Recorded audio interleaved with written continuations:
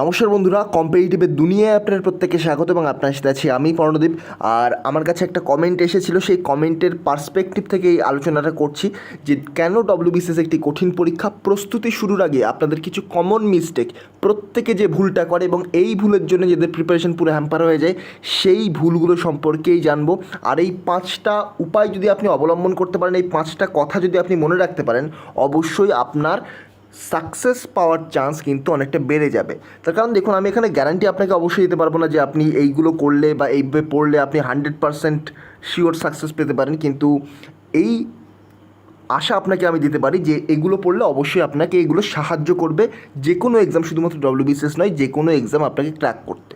তো চলুন শুরু করা যাক। তার পূর্বে ডব্লিউবিসিএস 2023-এর জন্য কমপ্লিট কোর্স রয়েছে, লিঙ্ক ডিসক্রিপশন বক্সে দেওয়া রয়েছে এবং কীভাবে কিনতে হবে সেটাও কিন্তু ওখানেই দেওয়া রয়েছে। মাত্র 750-তে complete course plus chapter wise mock test plus Telegram group সব কিছুই আছে। চলুন শুরু করা যাক। তো ফার্স্ট পয়েন্ট আপনারা কম বেশি জানেন, এটার নাম আপনারা কম বেশি শুনেছেন, কনসিস্টেন্সি। দেখুন, ডব্লিউবিসিএস একটা লং টার্মের এক্সাম। লং টার্মের এক্সাম শুধুমাত্র ডব্লিউবিসিএস নয়, অন্যান্য এক্সামও কিন্তু লং টার্মের এক্সাম। সমস্ত এক্সামই বলতে গেলে, ব্যাংকের এক্সাম বাদ দিয়ে বাকি সমস্ত এক্সাম প্রায় লং টার্মেরই এক্সাম। ইভেন ইউপিএসসি দেখতে গেলে সেটাও মোটামুটি আপনার 1 বছর লাগে, কিন্তু তার প্রিপারেশন করতে 1 বছর প্লাস লেগে যায়। এটা তো খুবই রেয়ার, কিন্তু বেশিরভাগের ক্ষেত্রে 4-5 বছর লেগে যায়। তার মানে একটা জিনিস আপনি বুঝতে পারছেন, কনসিস্টেন্সি খুবই গুরুত্বপূর্ণ। উইদাউট কনসিস্টেন্সি আপনি কিন্তু যে কোনো এক্সাম ক্র্যাক করতে পারবেন না। আপনি পার ডে 2 ঘন্টা পড়ছেন, সেটা পড়ুন, কিন্তু একদিন আপনি 4 ঘন্টা পড়ছেন, পরের দিন আপনি পড়লেন না, তারপরের দিন আবার 8 ঘন্টা পড়লেন, তারপরে 2 দিন গ্যাপ দিলেন, এটা কিন্তু খুবই একটা বাজে কন্ডিশন। দেখুন, ডব্লিউবিসিএসে আপনার সাবজেক্ট প্রচুর রয়েছে। ইভেন আপনি যদি প্রিলিমসের সাবজেক্টগুলো ক্যালকুলেট করেন, আপনারা দেখবেন 9 থেকে 10টা সাবজেক্ট কিন্তু এমনিই পেয়ে যাবেন। আচ্ছা, 9 থেকে 10টা সাবজেক্ট, আপনারা বলবেন যে 8টা সাবজেক্টের উপর 25 নম্বর করে 200 নম্বরের কোশ্চেন হয়। দেখুন, 9 থেকে 10টা সাবজেক্টকে আরও বেশি সাবজেক্ট হবে। এবার আমরা যদি সায়েন্সটাকে ভাঙি, ফিজিক্স, কেমিস্ট্রি, বায়োলজি, তাছাড়াও আমরা যদি অ্যানসেন্ট মেডিভেলকে ভাঙি, অ্যানসেন্ট হিস্ট্রি, মেডিভেল হিস্ট্রি, মডার্নকে আমরা যদি ভাঙি, তাহলে কিন্তু আমরা অনেকগুলো সাবজেক্ট পেয়ে যাবো। ইভেন জিওগ্রাফিকে আমরা ভাঙতে পারি। তো এইভাবে যখন আমরা ভেঙে ভেঙে পড়বো, তখন দেখবেন আমাদের কিন্তু 10 থেকে 12টা সাবজেক্ট হয়ে যাবে। আর এই ভাঙাটা কিন্তু অবশ্যই আপনাদের দরকার, কারণ দেখুন, আপনি অ্যানসেন্ট মেডিভেল যখন একসাথে করবেন অনেক প্রবলেম হবে, কিন্তু দুটোকে আলাদাভাবে এবং সেপারেট করে নেবেন, দেখবেন অতি সহজে শেষ করতে পারছেন এবং আপনার কিন্তু একটা মেন্টাল পিস থাকবে যে আপনি এতটা পার্ট শেষ করতে পারছেন। তো এটা কিন্তু অনেকটা গুরুত্বপূর্ণ, আপনার ভেঙে নেওয়া পড়াটা। যেমন জিওগ্রাফির ক্ষেত্রে ইন্ডিয়ান জিওগ্রাফি, তার পাশাপাশি ফিজিক্যাল জিওগ্রাফি, এগুলো কিন্তু আপনার ভেঙে ভেঙে পড়া অনেকটাই জরুরি। আর আমরা সেটা কিন্তু আমাদের কোর্সে করাচ্ছি। তো যাই হোক, কনসিস্টেন্সি কিন্তু অবশ্যই দরকার। যেহেতু ডব্লিউবিসিএসের প্রিপারেশনে মোটামুটি 1 বছর লাগে, তারপরে এক্সাম হবে, এক্সাম হতেও মোটামুটি 1 বছর লেগে যায়, তারপরে রেজাল্ট আউট হবে এবং সেক্ষেত্রে রেজাল্ট আউটের হওয়ার পর জয়নিং মোটামুটি 2.5 বছর তো লেগেই যায়। এবার আপনার যদি কোনো কারণে 1টা বছর মিস হয়ে যায়, সেক্ষেত্রে আপনার আরও 1টা বছর, মোটামুটি 3 থেকে 3.5 বছরের জার্নি। সেক্ষেত্রে আপনার কনসিস্টেন্সি মেনটেন করা অবশ্যই দরকার। আপনি যদি কনসিস্টেন্সি মেনটেন না করতে পারেন, সেক্ষেত্রে কিন্তু আপনার সাকসেসফুল হওয়ার চান্সটা কমে যায়। শুধুমাত্র এই এক্সামের ক্ষেত্রে নয়, সমস্ত এক্সামের ক্ষেত্রে কনসিস্টেন্সি কিন্তু সবচেয়ে প্রধান কী বলতে পারেন এই কম্পিটিটিভের লাইনে। নেক্সট পয়েন্ট আছে আমাদের self evaluation by mock test. দেখুন, বেশিরভাগ, আমি বলে দিচ্ছি, বেশিরভাগ 90% এর বেশি স্টুডেন্ট, 90%-এর বেশি স্টুডেন্ট তারা মক টেস্ট দিতে ভয় পায়। তারা ভাবে আমি যদি মক টেস্ট দিয়ে যদি কম নাম্বার পাই, আমার কনফিডেন্স ভেঙে যাবে। দেখুন, মক টেস্টটা কখনোই আপনার নাম্বারটাকে দেখার জন্য নয়। মক টেস্টটা হচ্ছে আপনি কতটা ইমপ্রুভ করছেন, আপনার আগের মকের থেকে নেক্সট মকে আপনি কতটা ইমপ্রুভ করছেন, আপনার সেলফ এভালুয়েশন কতটা এগিয়ে চলেছে বা আপনি কতটা নিজেকে সেলফ এভালুয়েট করতে পারছেন, সেগুলো ডিসাইড করে মক টেস্ট। সিম্পল এক্সাম্পল, আপনি শুধুমাত্র প্রিলিমসের 1 মাস আগে থেকে মোটামুটি 20 থেকে 25টা মক টেস্ট দিলেন। এখানে আপনি কত বা টাইম পাবেন যে আপনি নিজেকে সেলফ এভালুয়েট করতে পারবেন? আপনার যে ভুলগুলো, সেগুলো হয়তো কিছু আপনি সংশোধন করতে পারবেন, কিন্তু প্রপার ওয়েতে আপনার ভুলগুলো কি সংশোধন করতে পারবেন? কখনোই পারবেন না। সেটা মাত্র 20 থেকে 25 দিনে সেটা পসিবল হয় না। এবার দীর্ঘদিন ধরে আপনি ধরুন পরীক্ষার আগে 5 থেকে 6 মাস ধরে আপনি একেবারে রেগুলার ডে বাই ডে না হলেও মোটামুটি উইকে 2 বা 3টে করে যখন মক টেস্ট দেবেন, সেক্ষেত্রে আপনি একটা সেলফ এভালুয়েশনের টাইম পাবেন। আপনার যে ক্ষেত্রে ভুলগুলো আছে, সেই ভুলগুলো সংশোধনের টাইম পাবেন। তো অবশ্যই কিন্তু মক টেস্ট দেওয়া জরুরি। আপনার নাম্বার খুব যে বেশি ওঠা দরকার এমনটা কিন্তু নয়। নাম্বার মক টেস্টে সাধারণত কমই ওঠে রিয়েল এক্সামের থেকে। মক টেস্টে কোশ্চেন অনেক বেশি টাফ করে দেওয়া থাকে, তো নাম্বার কিন্তু মক টেস্টের তুলনামূলকভাবে অনেকটাই কম আসে।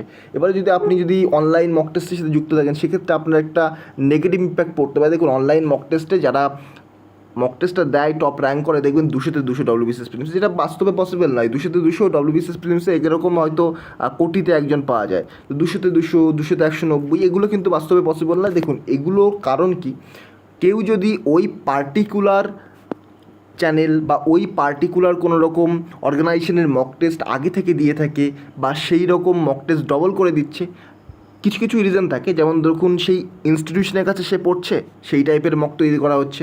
2 নম্বর রিজন থাকে যে সে ধরুন গুগল সার্চ করে অ্যান্সার করছে।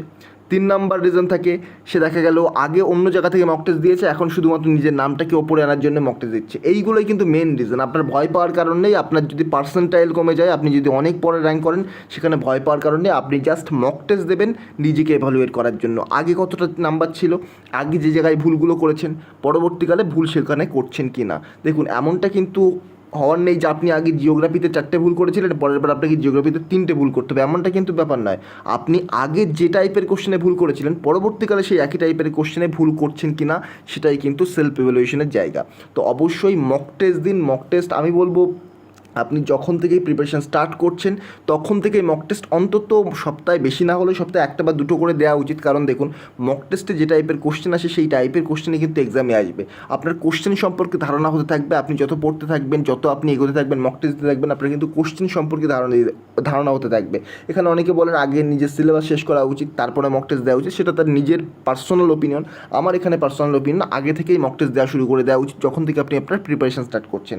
তাহলে কোশ্চেনের প্যাটার্নটা সম্পর্কে আপনি পড়ার সাথে সাথে অবগত হতে থাকবেন, এবং কোথায় বেশি করে ফোকাস করতে হবে সেটাও কিন্তু আপনি বুঝে যাবেন। Next, previous years question. একটা ম্যাক্সিমাম অ্যামাউন্টের স্টুডেন্ট, এটা আমি বলবো না 90%, তবে 50% প্লাস স্টুডেন্ট কিন্তু এখানে এটা ভাবে যে প্রিভিয়াস ইয়ার্স কোশ্চেন তো একই জিনিস, আমরা যেহেতু নতুন বই পড়ছি, বই সব কিছু পড়ে রাখছি, তাহলে প্রিভিয়াস ইয়ার্স কোশ্চেনের কী দরকার। দেখুন প্রিভিয়াস ইয়ার্স কোশ্চেনের দরকার রয়েছে। যদি আপনি WBCS এর এক্সাম দেন, শুধুমাত্র WBCS নয়, আপনার UPSC এর প্রিভিয়াস ইয়ার্স কোশ্চেনও কিন্তু লাস্ট 5 বছরের করা উচিত। আমি গ্যারান্টি দিয়ে বলতে পারছি না যে করলে এখান থেকে আপনি কমন পাবেন 5 থেকে 7টা নম্বর, কিন্তু করা উচিত এটা। WBCS এর প্রিলিমসের মোটামুটি লাস্ট 10 বছর তো প্রিভিয়াস ইয়ার সলভ করা উচিত, মেন্সের মিনিমাম 5 বছর সলভ করা উচিত, UPSC সিভিল সার্ভিস এক্সামিনেশনে মোটামুটি 5 বছর সলভ করা উচিত, আর তার পাশাপাশি CDS, CAPF এর মোটামুটি 5 বছর, CDS এর মোটামুটি 2.5 ইয়ার, কারণ CDS বছরে 2বার করে হয়। তো এইগুলো আপনার প্রিভিয়াস ইয়ার্স, আপনি যদি WBCS এর প্রিপারেশন নেন, মোটামুটি শুরুতেই 15 থেকে 20 দিন বা মোটামুটি 1 মাস টাইম দিয়ে আপনার কিন্তু সলভ করা উচিত। আপনার এটা করার দরকার নেই যে কোশ্চেন পড়ছেন, আনসার পুরো মুখস্থ করে ফেলছেন। সলভ করার অর্থ হচ্ছে আপনি কোশ্চেনগুলো দেখছেন, কোথায় কোশ্চেনের অ্যান্সারগুলো রয়েছে, কিভাবে পড়লে আপনি এই কোশ্চেনগুলো ট্যাকেল করতে পারবেন, সেগুলো অবশ্যই দেখা উচিত। আচ্ছা, এটা প্রথমে আপনি না করে আপনি কিন্তু প্রিপারেশনের মাঝের ফেজেও করতে পারেন, কিন্তু প্রিপারেশনের মাঝের ফেজে করলে একটা প্রবলেম হবে, আপনার যে ফ্লো সেটা কিন্তু নষ্ট হয়ে যেতে পারে, কারণ এটা একটা দীর্ঘ সময় নেবে। যেমন দেখুন, আমি বললাম মেন্সের 5 বছরের কোশ্চেন, প্রিলিমসের 10 বছরের কোশ্চেন, UPSC সিভিল সার্ভিসের 5 বছরের কোশ্চেন, হয়তো দেখা যাবে সিভিল সার্ভিসের একটা সেট আলোচনা করতে বা একটা সেট আপনাকে অ্যানালাইসিস করতে 1 দিন লেগে যাচ্ছে। তো সেহেতু কিন্তু মোটামুটি আপনারা 1 মাসের কাছাকাছি এগুলো টাইম নিয়ে নেবে। তো আমি রিকমেন্ড করি সবসময় প্রথমে শুরু করুন, তাহলে আপনারা আইডিয়া করতে পারবেন কোন টাইপের কোশ্চেন হয়, কোথা থেকে কোশ্চেন আসতে পারে, কীভাবে আপনার যে স্টেটমেন্ট বেস কোশ্চেনগুলো তৈরি হয় সেগুলো কিন্তু অবশ্যই দরকার। তো প্রিভিয়াস ইয়ার্স কোশ্চেন খুব গুরুত্বপূর্ণ। প্রিভিয়াস ইয়ার্স কোশ্চেন অনেক স্টুডেন্টই করে না, 50%-এর ওপর স্টুডেন্ট ভাবে যে আমি যখন বই পড়ে নিচ্ছি তাহলে প্রিভিয়াস ইয়ার্সের কী দরকার, সেইগুলো তো এখান থেকেই রয়েছে। কিন্তু এই ভুলটা করবে না, প্রিভিয়াস ইয়ার্স আলাদা করে করা উচিত, এবং এখান থেকেই কিন্তু WBCS প্রিলিমসে কোশ্চেন রিপিট হয়ে যায়। Next, be positive. এটা খুব গুরুত্বপূর্ণ, কারণ আপনার প্রিপারেশন ফেজ কিন্তু অনেক দিনের হতে চলেছে। আপনি যদি WBCS এর জন্য প্রিপারেশন নেন, বা আপনি যে কোনো এক্সামের জন্য, কম্পিটিটিভ এক্সামিনেশনের জন্য প্রিপারেশন নেন, আপনার প্রিপারেশন ফেজ কিন্তু মিনিমাম 1 বছর হবে। মিনিমাম আমি বলছি, কিন্তু মিনিমাম। এটা আপনার ক্ষেত্রে ম্যাক্সিমাম হয়ে 8 থেকে 9 বছর হতে পারে। আপনার হয়তো একটা টুইট দেখে থাকবেন, একজন UPSC সিভিল সার্ভিসের প্রিপারেশন নিচ্ছিলেন 10 বছর ধরে প্রিপারেশন নেওয়ার পরেও কিন্তু অনেকবার মেন্স ট্র্যাক করার পরে, ইন্টারভিউ দিয়ে আসার পরেও কিন্তু তার ফাইনাল লিস্টে নাম আসেনি।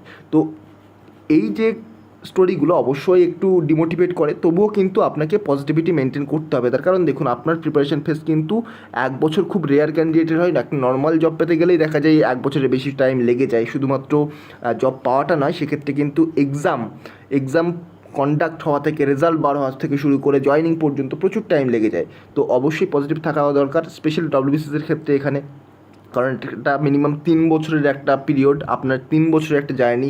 যদি আপনি ফার্স্ট অ্যাটেম্পটে ক্র্যাক করতে পারেন তবেই আপনার 3 বছরের জার্নি। যদি আপনার আরও অ্যাটেম্প্ট বেশি লেগে যায় সেক্ষেত্রে কিন্তু 4 থেকে 5 বছর 6 বছরের জার্নি হয়ে যেতে পারে। তো এই ফেজে কিন্তু পজিটিভ থাকা দরকার, বাইরের কারোর কথায় কোনো রকম কান দেওয়ার দরকার নেই। তবে পজিটিভ থাকা কিন্তু খুব গুরুত্বপূর্ণ, নাহলে কিন্তু আপনি যদি ডিমোটিভেট হয়ে পড়েন, আপনি আপনার প্যাশনটা ভুলে যান, তাহলে কিন্তু এখান থেকে বেরিয়ে আসতে পারেন। Next, don't read too many books. এটা খুব বড় প্রবলেম স্টুডেন্টদের ক্ষেত্রে। তারা একগাদা বই কিনে ফেলে এবং সমস্ত বই পড়ার চেষ্টা করে। একটা বই আপনি 4বার পড়ুন, আর 4টে বই আপনি একবার করে পড়ুন। এই যে প্রথমটা, এটাই কিন্তু বেশি লাভদায়ক। আপনি একটা বই 4বার পড়ছেন, এটাই বেশি লাভদায়ক 4টে বই একবার পড়ার থেকে। এবারে দেখুন, কিছু কিছু ইম্পর্টেন্ট বই রয়েছে এবং কিছু কিছু নতুন যে ডব্লিউবিসিএসের প্যাটার্ন দেখা যাচ্ছে, সেখানে কিছু কিছু নতুন টাইপের কোশ্চেন অ্যাড হচ্ছে এবং তার জন্য আপনি স্পেসিফিক কিছু স্টাডি করতে পারেন। তার মানে এই নয় যে আপনি স্পেকট্রাম পড়ছেন, স্পেকট্রামের পরে সঙ্গে সঙ্গে আপনি বিপিনচন্দ্র শুরু করে দিলেন। এটা ডব্লিউবিসিএস, ইউপিএসসি নয়। তো স্পেকট্রামের পরে আপনি বিপিনচন্দ্র শুরু করলেন, বিপিনচন্দ্রের পরে আপনি সামথিং অন্য একটা পাবলিকেশনের বই শুরু করলেন, কারণ আপনি দেখছেন যে ওই কোশ্চেনটা ওখান থেকে আসছে। তো এটা কিন্তু রাইট ওয়ে নয়। আপনি স্পেকট্রাম পড়ছেন তো স্পেকট্রামই পড়ুন। হয়তো আপনার একটা বা দুটো কোশ্চেন বেরিয়ে যেতে পারে, তো যাক না। আপনার 25টা কোশ্চেন, প্রিলিমসের 25টা কোশ্চেনের মধ্যে 25টাই পারতে হবে এমন তো কোনো গ্যারান্টি নেই। আপনার 25টার মধ্যে 23টা পারলেও কিন্তু এখানে সিলেক্ট আপনি হয়ে যাচ্ছেন। মেন্সে আপনার যে 100টার মধ্যে 100টা কোশ্চেন পারতে হবে, সেক্ষেত্রে কিন্তু আপনার নেগেটিভ হয়ে যাওয়ার চান্সটা বেশি থাকে। তো এখানে 100র মধ্যে আপনাকে 100 পেতে হয় না। আপনাকে হিস্ট্রি এবং জিওগ্রাফি মিলে যে 200 নাম্বার, এই 200র মধ্যে কিন্তু আপনাকে মোটামুটি 130-এর কাছাকাছি পেলে সেটা খুব ভালো নাম্বার। 200র মধ্যে 130-এর কাছাকাছি পেলে বা 130+ পেলে সেটা কিন্তু খুব ভালো নাম্বার হয়ে দাঁড়ায়। এখানে আপনাকে 200তে 200 পাওয়া লাগে না। সাধারণ স্টুডেন্টের জিওগ্রাফিতে ভয় পেয়ে থাকে বেশি, কিন্তু তারা দেখা যায় হিস্ট্রিতে কনফিডেন্স থাকা সত্ত্বেও হিস্ট্রি তাদের কিন্তু নাম্বারটা কম চলে আসে, কারণ হিস্ট্রিতে কিন্তু নেগেটিভের চান্সটা অনেকটা বেশি থাকে ডব্লিউবিসিএসের ক্ষেত্রে অন্যান্য এক্সামের থেকে। হিস্ট্রিতে কিন্তু নেগেটিভের চান্সটা বেশি থাকে। তো এইগুলো একটু মাথায় রাখবেন। বেশি বই পড়ার দরকার নেই। আপনি একটি বই বারবার পড়ুন, একটা নির্দিষ্ট লিস্ট সেট করুন। আমি বারবার লিস্ট নিয়ে আলোচনা করে দিয়েছি, বুক লিস্ট নিয়ে আলোচনা করে দিয়েছি। যারা নতুন অ্যাসপিরেন্ট তাদের জন্য আপডেটেড লিস্ট নিয়ে আলোচনা করে দিয়েছি। আপনারা সেই ভিডিওগুলো যে কোনো একটি দেখে সেখান থেকে প্রিপারেশন স্টার্ট করতে পারেন। আপনার হিস্ট্রির জন্য স্পেকট্রাম, বিপিনচন্দ্র, পুনম দাল দইয়া সব কিছু পড়ার দরকার নেই। হিস্ট্রির জন্য আপনি যে কোনো একটা স্পেকট্রাম ফলো করুন, স্পেকট্রামে প্রচুর ডেটা রয়েছে, তো স্পেকট্রাম পড়লে আপনার এনাফ হয়ে যাচ্ছে। জিওগ্রাফির জন্য আপনি শুধুমাত্র এনসিইআরটি ফলো করুন, এনসিইআরটির পাশাপাশি কিছু বেসিক ডেটা ফলো করুন, গুগল সার্চ করে, ইন্টারনেট থেকে ডেটা নিয়ে সেগুলোকে ফলো করুন, হয়ে যাচ্ছে আপনার। আপনি যদি কার্তিকচন্দ্র মণ্ডল এরকম ছক আকারে ডেটা মুখস্থ করতে চান, সেক্ষেত্রে আপনার প্রচুর টাইম যাবে এবং সেক্ষেত্রে আপনার কিন্তু ডেটা মুখস্থ হবে না এবং এক্সাম সেন্টারে কিন্তু আপনি একটা ডেটার সাথে আরেকটা ডেটা কনফিউশনে পড়ে যেতে পারেন। তো এগুলো একটু মাথায় রাখবেন। পলিটিতে আপনি এমএলএস বিজ্ঞান পড়ছেন, তার সাথে ডব্লিউবিসিএস ম্যানুয়াল পড়ছেন, তার পাশাপাশি আপনি দেখা যাচ্ছে যে বাংলা যে পাবলিকেশন রয়েছে, আমার এক্স্যাক্টলি পাবলিকেশনটার নাম মনে নেই, কার্তিকচন্দ্র মণ্ডল, এতগুলো পড়ছেন, দরকার নেই। আপনি যদি এমএলএস বিজ্ঞান পড়েন, আপনার পলিটিতে আর কিছুই দরকার নেই, ওটাই এনাফ, মোর দ্যান এনাফ। আর আমি সবসময় বলি, প্রিলিমসের জন্য রিভিশনের জন্য ডব্লিউবিসিএস ম্যানুয়ালটা আপনার পাশে থাকা অবশ্যই দরকার, কারণ ওটা খুব সংক্ষিপ্ত, এতে প্রত্যেকটা সাবজেক্ট কিন্তু অ্যানালিসিস করা রয়েছে। আর ওটা কিন্তু কোনো রকম ডেটা ফর্মে দেওয়া নেই, ওটা জাস্ট স্টোরি আকারে দেওয়া রয়েছে। স্টোরি আকারে কিন্তু আপনার বেশি দিন মনে থাকবে। তো আপনারা যারা প্রিপারেশন শুরু করতে চান, যাদের কখনো পলিটি, হিস্ট্রি এই টাইপের কোনো রকম সাবজেক্ট নিয়ে আইডিয়া নেই, তারা একবার ওই বইটা মোটামুটি একবার রিড করে নিতে পারেন, পড়ে নিতে পারেন।